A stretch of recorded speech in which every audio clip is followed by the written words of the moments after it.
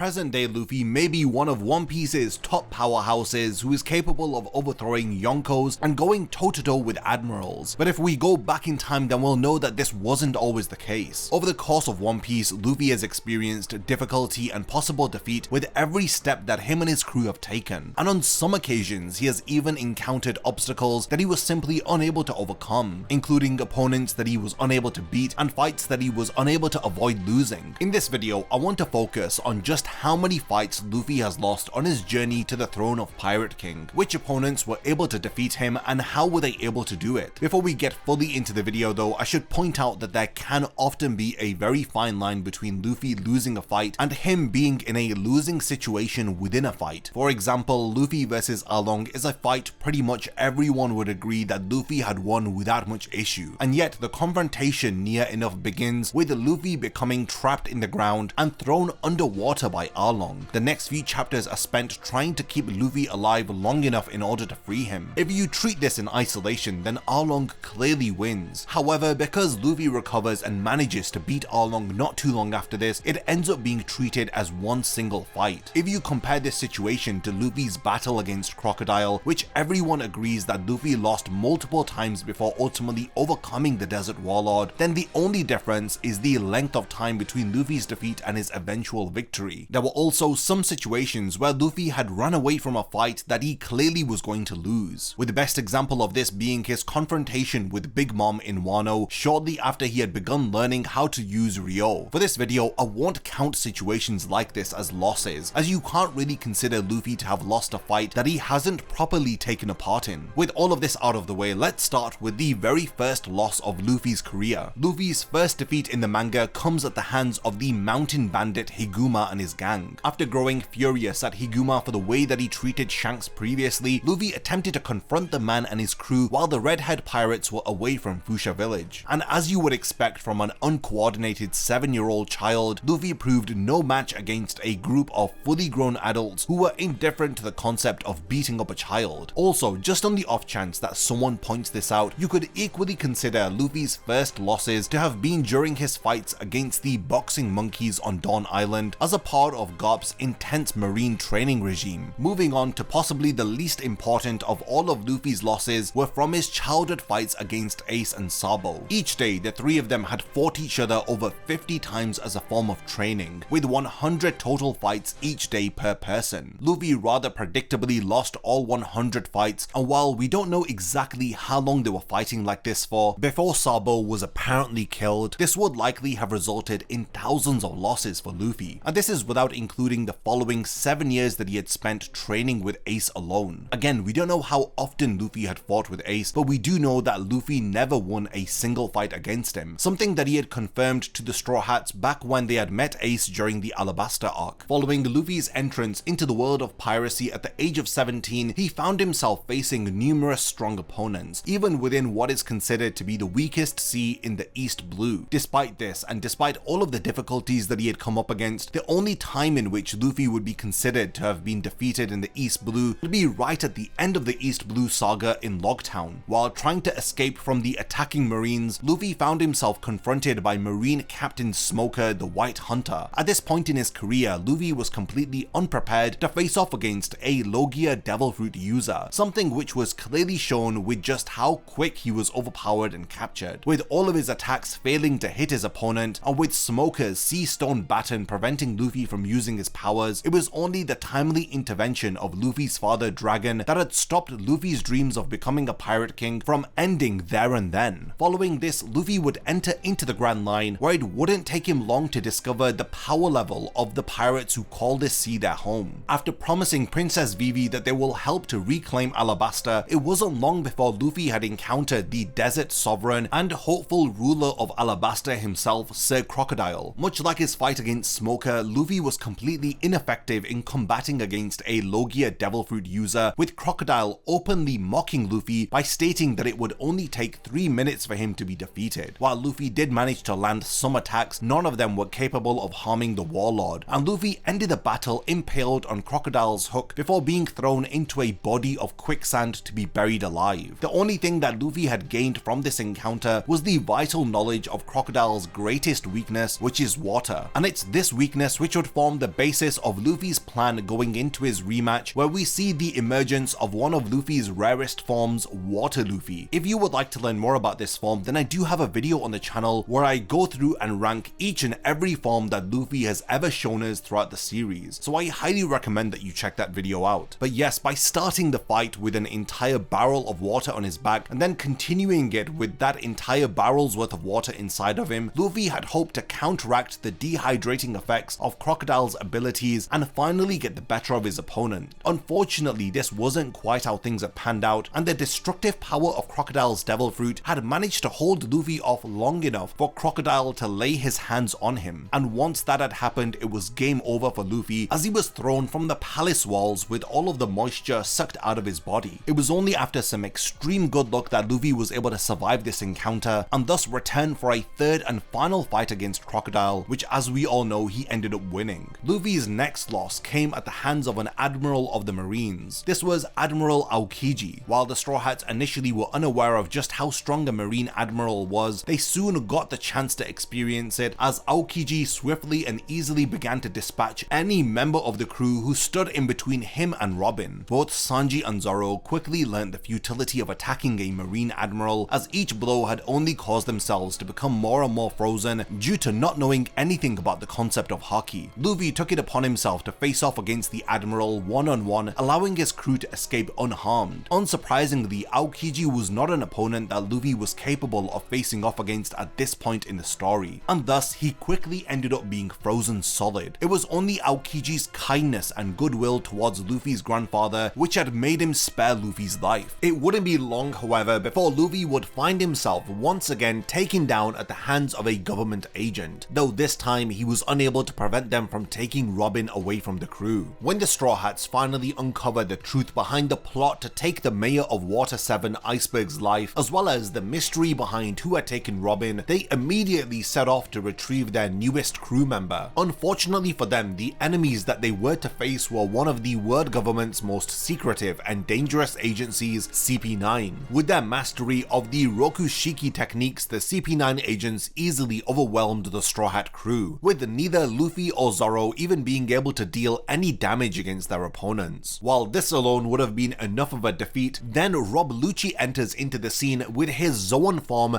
as he utterly dominates the entirety of the Straw Hats, leaving Luffy completely beaten and broken in his wake. Luffy's next defeat would prove to be one of the most memorable in all of One Piece, with the Straw Hat crew as a whole being completely dominated by the combined forces of Sentomaru, his pacifista, Admiral Kizaru, and lastly the warlord Bartholomew Kuma. This fight was likely the first and last time that the entire Straw Hat crew would end up being defeated, with their lives only being spared by the intervention of Kuma, sending each of them away to locations in which they could grow stronger. Now, the fight itself was very one-sided. At this point, with none of the crew knowing how to use hockey, they were easily overwhelmed by Sentomaru and his pacifista, and while Kizaru was ultimately prevented from eliminating any members of the Straw Hats thanks to Rayleigh's intervention, Kuma alone had managed to wipe out all of the crew. With Luffy's inability to protect his nakama laid out plainly for him to see, the young captain had broken down entirely before he was mercifully sent away to Amazon Lily. Not too long after this, Luffy had entered into the depths of the great prison Impel Down, where he desperately had hoped to save his brother before he was taken away for execution. Luffy battled his way through Impel Down, barely managing to overcome the foes before him until he personally encountered the prison warden himself, Magellan. Wielding the Doku Doku no Mi, Magellan's poisonous powers made him by far the most dangerous man in the entire prison, something that he had demonstrated when he used his strongest attack, his Poison Hydra, in order to take down Luffy. Being aware that with the strength of his poison, Luffy would die within 24 hours, Magellan ordered Luffy to be thrown into level 5 of the prison, where he could suffer until his death as punishment for his invasion. It was only through Luffy's fortune in encountering Emporio Ivankov that he had managed to survive and ultimately be cured of the poison. While Luffy's loss in this case was overwhelming, Magellan's power shouldn't be underestimated, as shortly after finishing off Luffy, the Warden had also attacked and defeated Blackbeard and the entirety of his crew, with their survival only coming through the intervention of Shiryu of the Rain, who knew the location of the antidote to Magellan's poison. Luffy's next loss would ultimately prove to be the greatest that he would experience in his entire life so far, and it would take place during the Marine Marineford War. This was a battle that Luffy was horrifically underprepared for, something which quickly became apparent as he had faced off against more and more opponents that he was unable to do anything against. And while Luffy wasn't outright defeated by anyone specifically during the war, it is safe to say that he was defeated overall. Probably the most significant attacks that he had received at this time were when he was easily swatted aside by Kizaru with a single kick, and then not to forget the attack from Akainu, which had given Luffy his now signature chest scar. Following the total defeat experienced at Marineford and the loss of his brother Ace, Luffy quite understandably fell into a state of depression. His grief upon awakening made him a danger to himself, something which required Jinbei to personally step in to prevent. Luffy, already in a weakened state and acting mainly on instinct, proved to be no match against the first son of the sea, and he was quickly overwhelmed and restrained by his future crewmate. Jinbei managed to help Luffy come to terms with his loss and reminded him of the friends that he still had out there that are waiting for him. Luffy's first defeat post time skip ends up not being due to him being weaker than his opponent, but from him getting outsmarted by his opponent. Caesar Clown's devil fruit makes him a threat to most pirates that are sailing the seas. With his command over all gaseous substances, as well as his knowledge of chemistry and poisons, it allows him to defeat even foes that are far stronger than him. While Luffy had the good fortune of being immune to the effects of most poisons that Caesar could use against him as a result of his encounter and subsequent recovery from his fight against Magellan, this doesn't however guarantee him victory. While Luffy clearly has the advantage in the fight, even appearing to defeat Caesar, he suddenly begins to have trouble breathing before passing out. The same then happens to Robin and Frankie, who had attempted to help their captain, as well as Smoker and Tashigi. Caesar scolds Luffy for underestimating him, revealing that he had removed all of the oxygen from the air around them, causing the group to now suffocate. This fight is a good example of Luffy finally having a taste of his own medicine, as for years he has always been the one whose ability has been underestimated, right before he then defeats his opponent with a unique application of his very unique rubber ability. Now, one fight that somewhat skirts the boundary of being a fight that Luffy wins overall or a fight that he loses before winning the rematch comes in the climax of the Dressrosa arc, and this is his fight against the heavenly demon Donkyo Doflamingo. It is during this fight that we see Gear 4th being revealed for the very first time, and this is somewhat necessary for Luffy to even hope to stand a chance against the celestial dragon turned warlord of the sea. However, as is often the case with Luffy's newest abilities, there was a very strict time limit on Gear 4th, beyond which Luffy would become defenseless and unable to continue the fight. Luffy surpassed his limit in his fight against Doflamingo and had to be saved from certain death by his allies until he had recovered long enough in order to re-enter the battle. Let me know whether if you think that this should count as a defeat or not in the comments, because Luffy does beat Doflamingo once he manages to re-enter Gear 4th. If it wasn't for the help of Luffy's allies, then he would have been completely vulnerable to Doflamingo's attacks. Also, in order to avoid rehashing this exact same point, you could also make this same argument to justify claiming that Luffy loses against Katakuri during the Whole Cake Island arc. Luffy's next defeat is also a bit of an unusual one, as it technically happens against a member of his own crew. During the Whole Cake Island arc, Sanji appears to have decided to abandon the crew, opting instead to marry Charlotte Pudding of the Big Mom Pirates. He is of course doing this unwillingly, having been blackmailed by his family and not wanting to cause a Yonko to attack his crewmates if he were to refuse their offer. Unsurprisingly, Luffy chooses not to accept Sanji's decision and instead invades Whole Cake Island in order to retrieve him. Luffy's will to keep his crew whole versus Sanji's will to keep his crew safe was a mental battle as much as a physical one, and it was one that Sanji was ultimately destined to lose because departing from the crew was something that he didn't wish to do, despite him telling Luffy the exact opposite. Luffy, clearly able to see through Sanji's ruse, had refused to fight back against him, leading to him utterly getting destroyed by Sanji. Whether or not if this should count as a defeat when Luffy outright refused to take part in the fight is a controversial argument, so let me know what you guys think in the comments, especially when Luffy's decision not to fight back was ultimately something which caused him to win the Battle of Wills, similar to when he and Zoro were attacked in the Jaya arc yet refused to retaliate. And finally, we have reached the King of the Beasts, Kaido, the latest pirate who Luffy has suffered defeat at the hands of. No one else has ever caused Luffy as many losses as the unofficial warlord of Wano, with Luffy's first defeat against Kaido occurring very early on in the Wano arc. With the invasion invasion of Wano still in its infancy, Luffy has the misfortune of encountering Kaido when the Yonko attacks and destroys Oden's castle. Luffy, unafraid in the face of the Emperor, attacks Kaido head on, and while he does manage to land some attacks on the strongest creature in the world, he deals essentially no damage to him. Despite being in his Gear 4th form,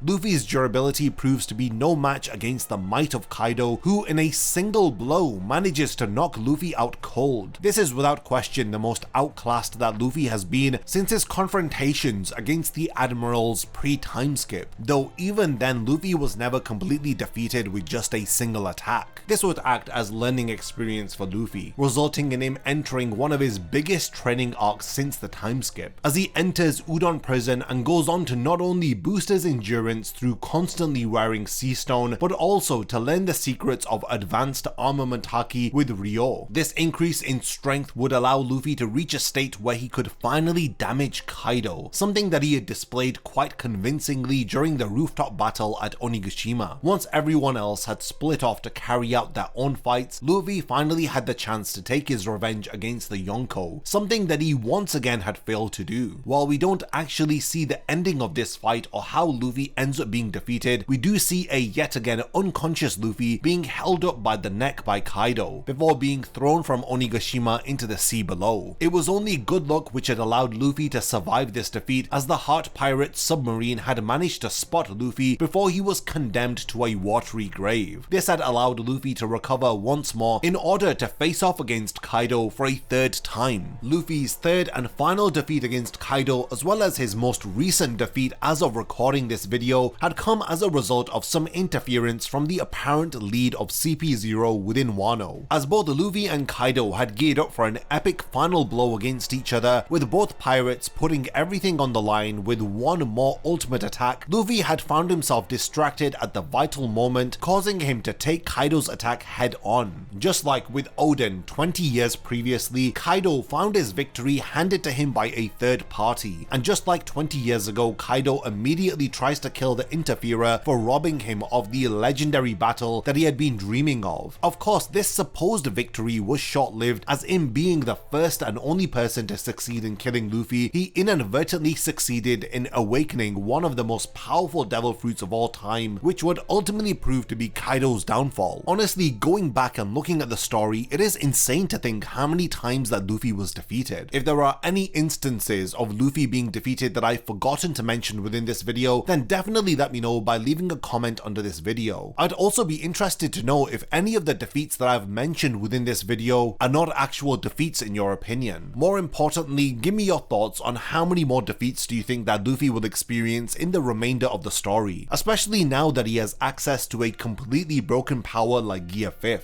I've had a lot of fun making this video, so if you want to see more like it, then definitely subscribe to the channel. And lastly, thank you for making it to the end of this video, and I cannot wait to see you in my next One Piece video. If you enjoy my content, then you can support my channel through Patreon for as little as $1 a month, or even through YouTube by becoming a channel member. You will gain access to exclusive channel perks and a Discord server which I frequently use. So become a member of my Zero Division and be the first to know about my upcoming videos. And once again, thank you for sticking around till the end of the video, and whatever you contribute will mean a lot to me.